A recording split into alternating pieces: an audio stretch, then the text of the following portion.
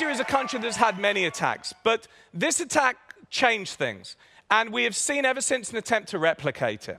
What we had here was not just bombs going off or people being shot. A year earlier in Delhi, there were bombs in the markets. I doubt very many of you will remember them.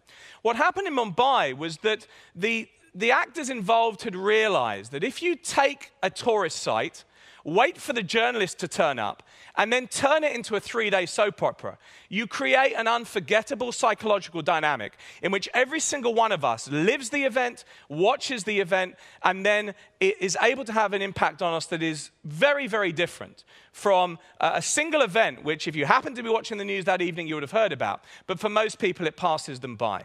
Mumbai is now inculcated into our collective psyche. And as I'll talk about in a second, we then saw 2 years ago, in the late 2013, a very similar thing happening in the Westgate Mall in Kenya, designed to, again, create a soap opera event that is covered live by journalists and is ensured that it has a collective psychological impact upon us.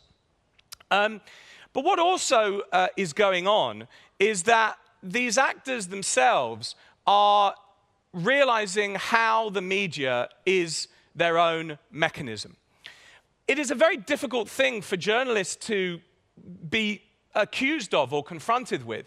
But there is a dynamic in which many of the actors involved in political violence in the world today, and particularly in groups like Al-Qaeda and Islamic State, see their main weapon as being the Western media. The capacity to use the CNNs, the BBCs, the Sky Newses, the Al Jazeeras, etc., the live cycle of 24-hour news television as an amplifier has become a central and essential element of the modern terrorist actor.